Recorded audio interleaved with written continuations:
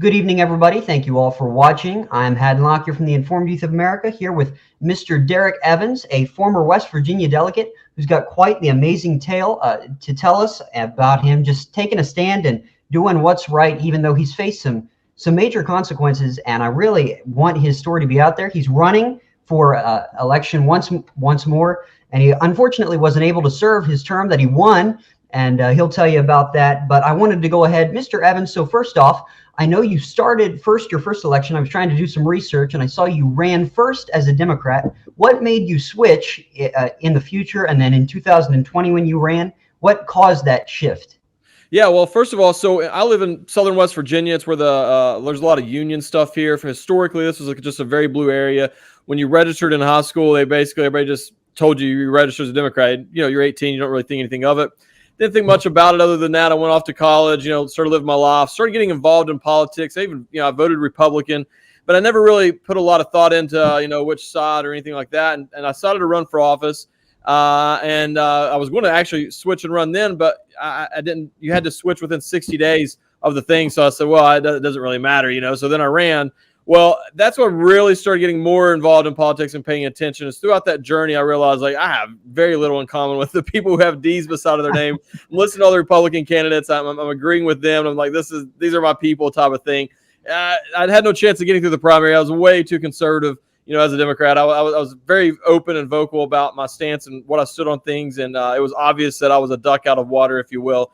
Then in 2020, I was, I wasn't planning to run anymore, to be honest with you. I was like, it's not for me. But then in leading up to 2020, I've been involved in the pro-life movement. We've been trying to get a heartbeat bill passed here in West Virginia. Our legislators wouldn't do anything about it. People kept saying, well, maybe just run. You run yourself, And I said, well, tried that. And they said, well, just do it. And so I said, that's fine. But if I'm going to do it, I'm going to run as a Republican because that's who I am. And a lot of people thought I was crazy at the time because no Republican had been elected in our district in our lifetime, and everybody thought I was crazy. I said, I don't care. I'd rather actually go. Now that I know more about it, I'd rather run and stand for what I believe in and lose than I would to compromise my values. So ran as a Republican and ended up being the first Republican to win my district in over 98 years. I won a landslide victory. Wow. And so I'm actually glad about that because no one can accuse me and say that I switched, trying to gain political favor. At the time, it was really dumb to have switched if you was wanting to do it just for political purposes. Absolutely. And yeah, I was looking at the numbers. That was seriously a landslide, not an exaggeration. I mean, it was not even close. You won that election 100%. That was really quite the amazing victory. So congratulations. But I know the celebration did not last very long, unfortunately. So if you could briefly just tell what happened. I know you went to the Capitol on January 6th. Share your story and just how that affected you and what happened for you just standing up for what you believed in peacefully.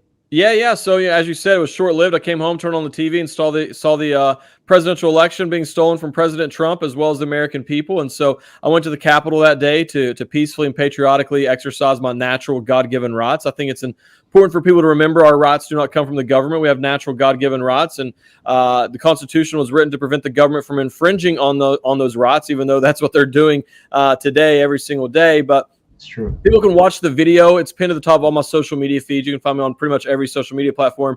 I walked through an open set of doors. I thanked a police officer for his service. I gave the police officer gave me a friendly fist bump, inviting me into the building. I spent less than 10 minutes inside. Walked out the same set of doors I entered, and ultimately, long story short, found myself facing 24 years in prison. Had an 18-month legal battle, which bankrupted my family. Did 3 months in federal prison, and then did 8 days of solitary confinement. And now I got out around this time last year. I got out in October of 2022, and now I'm running for U.S. Congress.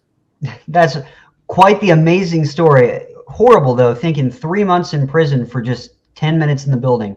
And it's not, you didn't force your way in or anything. They were just standing there and the doors were open. Anybody can go watch the footage. And I know the media loves to show the few little clips where there's, some violence happening in certain parts, but they leave out all the footage of people just walking in with the doors right open. They don't want to talk about that.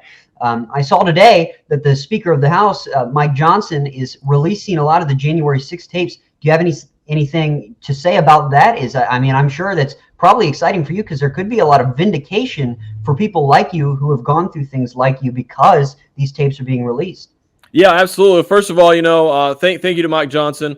Thank you to Matt Gaetz and the other Freedom Caucus members who had the courage to replace Kevin McCarthy. Haddon, you're so lucky, man. This all happened at the perfect time. You get my first interview with that. I've got all kinds of media people reaching out. Our phones are blowing up over here, which is a good thing.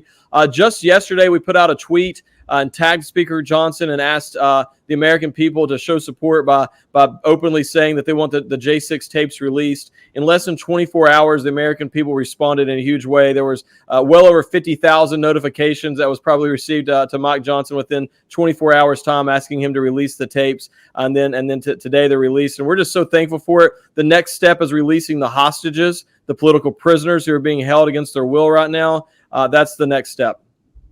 Absolutely. And now that you mentioned it, I remember I was scrolling through Twitter yesterday and your account popped up and I saw that tweet. And then today this news broke. Really amazing. It sounds like you had a big push in what happened today, because I saw that tweet was blowing up. It was blowing up. And that's not me. It's the American people. It's God. It's absolutely amazing. And, it might have been coincidence. Who knows? But I'll take the win for the American people. Absolutely. Praise the Lord for that.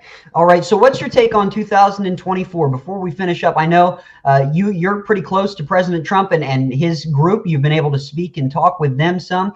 To me, it's crazy to think that these other people are even running. I think there's a pretty, it's pretty well known that President Trump is going to be the nominee unless they can do something legally, which they're, of course, trying to do. But with that happening, why are these people running against him? Why are they spending so much money? I know it's a question a lot of my friends have, people my age. We're just curious if it's all set and it's, so much of it is President Trump has a great grasp right now because people know he took a stand while he was in office. Why are these people even running? What's their plan? Well, I think it's selfish of them to do that. I think that some of them secretly are hoping that, and when I say this, I mean specifically Ron DeSantis and Nikki Haley. I think that they are specifically hoping that President Trump gets into some sort of legal situation where he can't run, and then they would be able to swoop in. What they need to realize is if that were to happen, which it's not going to, but if it were to happen, I believe that the majority of the MAGA base would get behind Vivek Ramaswamy as opposed to getting behind Ron DeSantis or Nikki Haley. So neither one of those two scumbags have a chance anyways. They need to jump out of the race, and let's all start putting our resources and our time behind President Trump so we can go beat Joe Biden and save this country.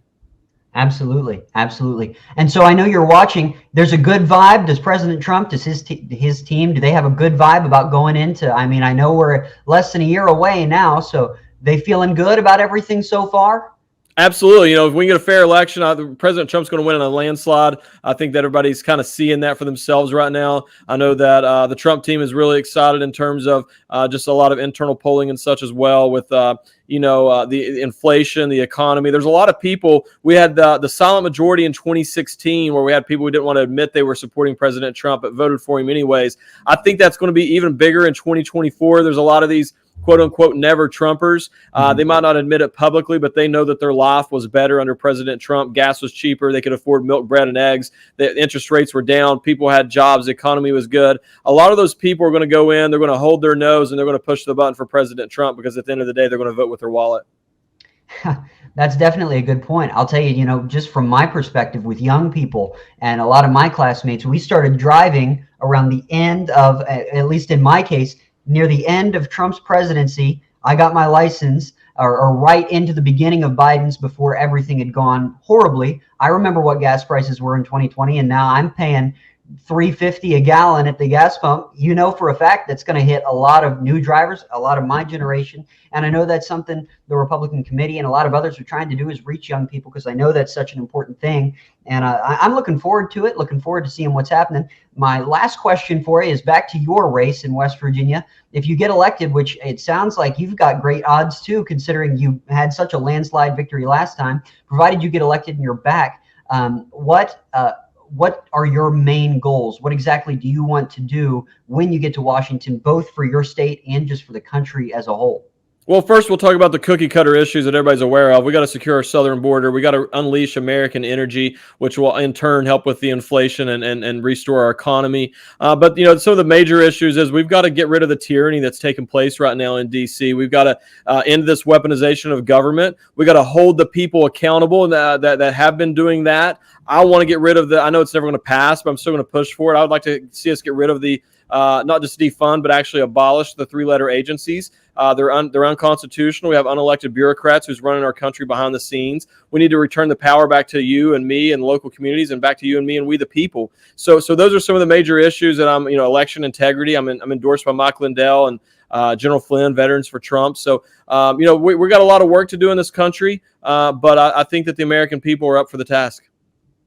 Well, Mr. Evans, thank you so much. Thank you for such a bold stance and going out and putting yourself out there and taking a stand, even though you've been through so much and faced so many, legal attacks and prison sentences. It's crazy. And it's an inspiration to me and to my generation to see that we can take a stand no matter what happens. And I appreciate you for it. So thank you so much, sir. Well, Haddon, you're an inspiration to me, man. I love seeing young guys like you who are willing to go against the grain. I know it's not easy in your generation, especially to stand up and speak for truth. And I appreciate that, and I appreciate what you're doing with this show and everything, man. We'll have to come back again sometime, and looking forward to getting to know you a little better.